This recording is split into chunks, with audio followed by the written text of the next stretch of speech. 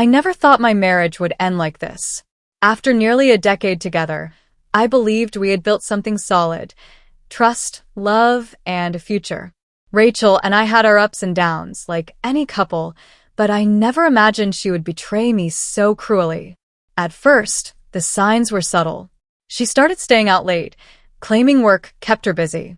She became secretive with her phone, always keeping it face down. Whenever I asked what was wrong, she brushed me off with a tired sigh, saying I was overthinking things. I wanted to believe her, but the gnawing feeling in my gut wouldn't go away. Then one night, everything unraveled. I had planned a surprise weekend getaway for our anniversary, hoping to reignite the spark in our marriage. I left work early to set things up, excited to see her face when she realized how much I still cared. But when I walked through the door, expecting to find Rachel, the house was empty. No note, no text, just silence. Something didn't sit right with me. Acting on impulse, I went to our shared laptop, the one she barely used. My hands trembled as I opened her email, but nothing could have prepared me for what I found. There were hundreds of messages between Rachel and someone named Brandon.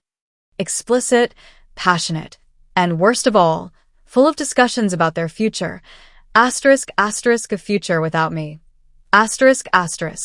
I scrolled further, my heart pounding. They had been seeing each other for nearly a year. Worse, she had been planning to divorce me and take everything.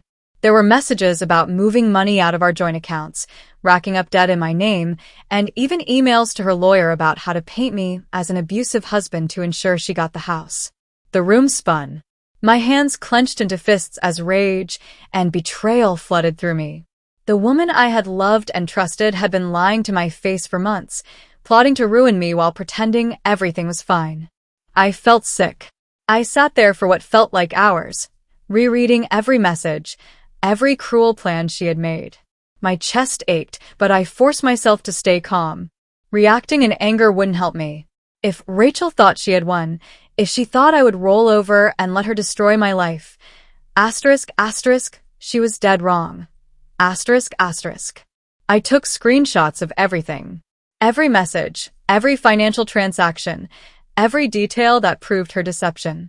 If Rachel wanted a war, she was going to get one. When Rachel walked through the door later that night, she acted as if nothing had happened. She kissed me on the cheek, muttered something about a long day at work, and headed straight for the shower. I just watched her, my mind racing. I had read every message. I knew she had just spent the evening in another man's arms. And yet, she still had the audacity to lie to my face. I didn't confront her right away. There was no point in arguing. She had already made up her mind about leaving me. Instead, I focused on my next move. I called a lawyer first thing in the morning.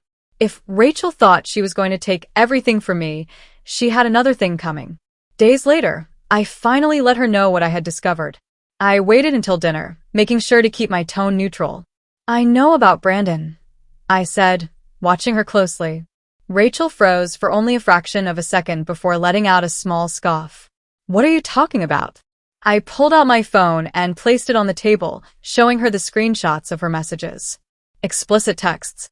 Plans to manipulate the divorce. Proof of her siphoning money from our joint accounts. Her face paled. But then, something unexpected happened. She smirked. "Well," she said, leaning back in her chair.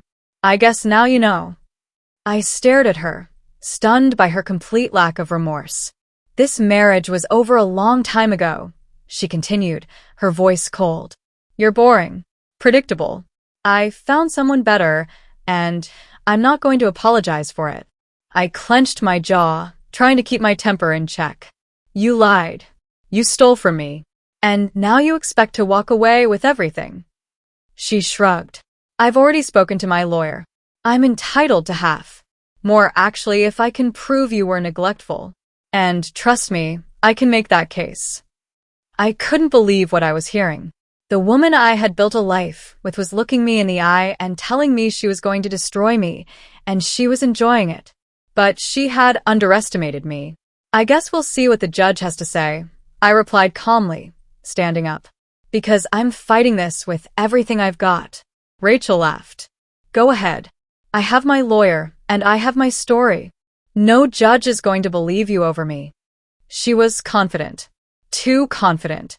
I didn't say another word. I just walked away, knowing that when we finally faced each other in court, her arrogance would be her downfall. The day of the court hearing arrived faster than I expected. Rachel walked in with a smug expression, dressed in an elegant black suit, her lawyer by her side. She looked every bit the confident, wronged wife, playing the role she had carefully crafted. I knew what was coming. She was going to lie through her teeth, twist every detail of our marriage to make me look like the villain. But I was ready. As soon as the proceedings began, her lawyer stood and painted a grim picture of our marriage. Your Honor, he began, my client, Mrs. Rachel Carter, has endured years of emotional neglect. Her husband, the defendant, was distant, uninvolved, and showed little affection. In her loneliness, she sought companionship elsewhere, not out of malice, but because she had no choice. Rachel wiped a fake tear from her eye. I tried to make it work, she whispered dramatically. I begged him for attention, for love, but he was never there. And now, he wants to punish me for finding happiness. I could barely contain my anger as I listened to her spew lies. But I stayed silent, waiting for my moment. The judge turned to my lawyer. Does the defense have anything to present? My lawyer nodded. Yes, Your Honor. We have a witness. Rachel's face twitched ever so slightly. She wasn't expecting that. The doors opened, and in walked a woman with a firm, determined stride. ***, Brandon's wife. ***. Rachel's expression crumbled.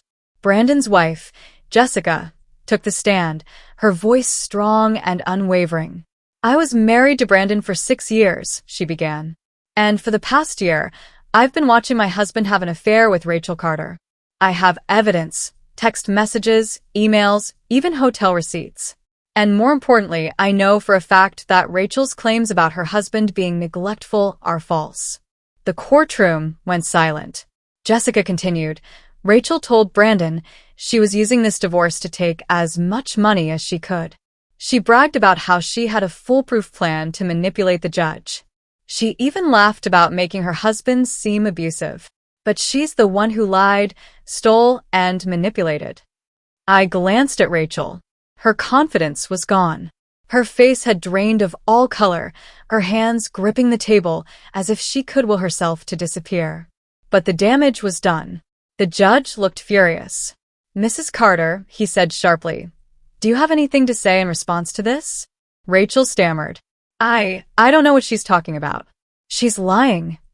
Jessica smirked and held up her phone. I have recordings. Rachel's entire body tensed. She knew it was over. The moment Jessica pulled out her phone, the entire courtroom shifted. Rachel's lawyer leaned in, whispering frantically to her, but the damage was already done. My lawyer stood. Your Honor, we request that these recordings be submitted as evidence. The judge nodded, his expression stern. Proceed. Jessica played the first recording, her voice steady as she introduced it. This was taken 3 weeks ago, she said. It's a conversation between Rachel and my husband, Brandon. The audio crackled to life, and Rachel's own voice filled the courtroom. I don't care what happens to him, she said coldly. As long as I walk away with the house and the majority of the assets, I'll be fine. He's too stupid to fight back. There were gasps from the audience. Even the judge's brow furrowed in disapproval. Jessica played another recording. My lawyer says that if I push the emotional neglect angle, the judge will eat it up. And if that doesn't work, I'll throw in a fake abuse claim. No one ever sides with the husband anyway. I turned to Rachel, watching her confidence crumble with each passing second. She sat frozen, her hands shaking. The judge leaned forward, his expression dark. Mrs. Carter, do you deny that this is your voice? Rachel swallowed hard. Answer the question. She hesitated, then hung her head. No. It's me. Her lawyer sighed, rubbing his temples. He knew this case was done. The judge turned to me. Mr. Carter, given this evidence, I am ruling in your favor. The division of assets will be reconsidered, and given Mrs. Carter's attempt to deceive the court, she may face further legal consequences. Rachel gasped. But... Silence. The judge snapped. You attempted to defraud this court.